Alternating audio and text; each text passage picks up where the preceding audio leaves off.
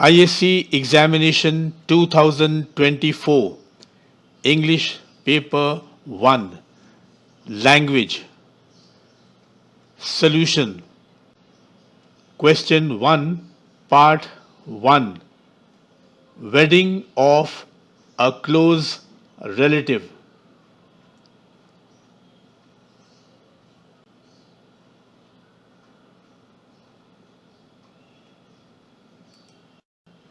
Part 2 Reading to the elderly.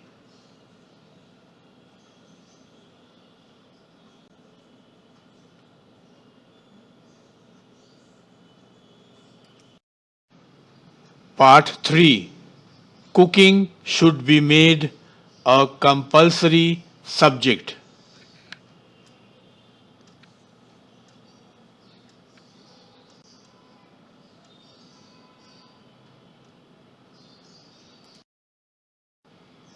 Part 4 Music.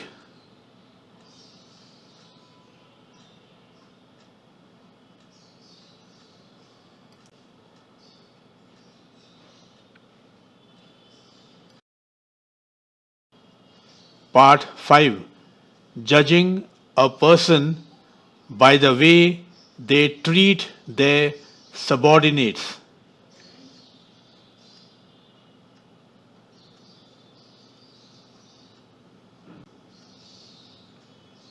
In my opinion, this essay topic is unfair for ISC 12 examinees.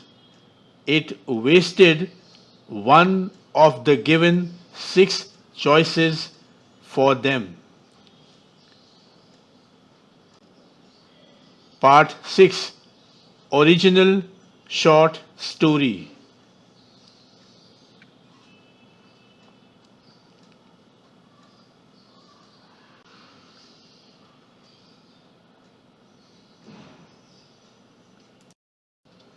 Question 2 Part 1 Review of a film.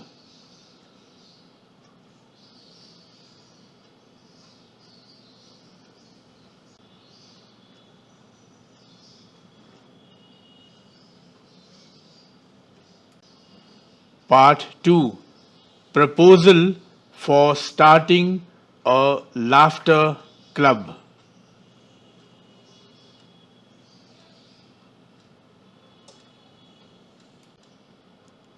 Question 3 Part 1 The answers are A. No other author I have ever read is as funny as P.G. Wodehouse. B. Not only was Michelangelo an architect, but he was also a poet. C. Sarah said to me, I will come to your house tomorrow. D. No sooner do the students enter their classroom than the teacher welcomes them. E. None but the wearer knows where the shoe pinches. Part 2 The answers A. Carry on. B. Carry out. C. Appeal against. D. Appealed to. E. Deal with. F. Deals in. G. Jumped at. H. Jump to. I. Keep off. J. Keep up. Part 3 The answers 1. Lived. 2. Expecting. 3. Tending. 4. Trimmed. 5. Raking. 6. Washed. 7. Separated. 8. Admire. 9. Lifted. 10. Showered.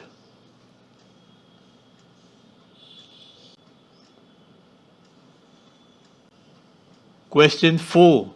The answers. Part 1. A. Faces, countenances.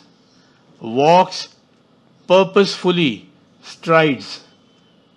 Precious, valuable. B. Part 1. Answer is A.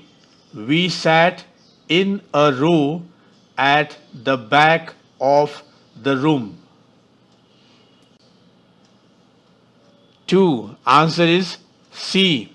They left the house at 6 o'clock in the morning to reach the airport on time. 3. Answer is D. He sells poor goods but charges fancy prices. Answers of Part 2. A. The goldsmith told the police superintendent that he was going peacefully on his way when the dog suddenly appeared and, without any provocation at all, bit his finger.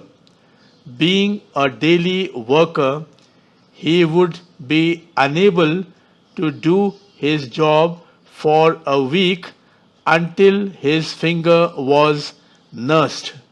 So he pleaded that he be paid damages. The police superintendent agreed that the dog was at fault and promptly ordered proceedings against it. He justified the goldsmith's demand for compensation.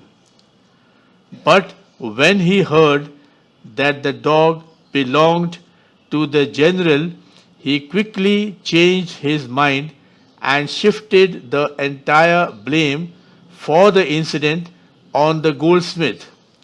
He asked angrily how a little dog could reach the finger of a man of such great height and bulk.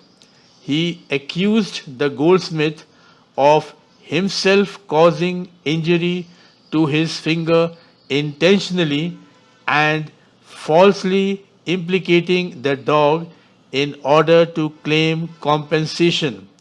He considered the dog to be innocent and began to praise it. B. The goldsmith was a daily worker. He had to use his fingers for doing his job. Since he was bitten by the dog on the finger, he would not be able to do his job for a week. So he asked for damages. C. The dog belongs to the general's brother. We know this from the fact that the general's cook recognizes the dog and says that it belonged to the general's brother who arrived the other day. The cook calls the dog and walks away with it. Part 3.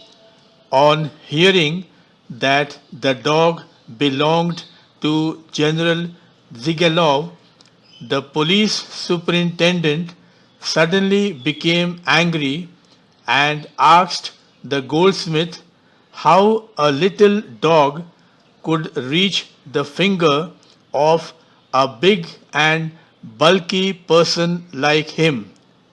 He accused the goldsmith of himself inflicting injury to his finger and falsely implicating the dog to claim damages. But when the constable denied that it was the general's dog, the superintendent again sided with the goldsmith and justified his demand for compensation.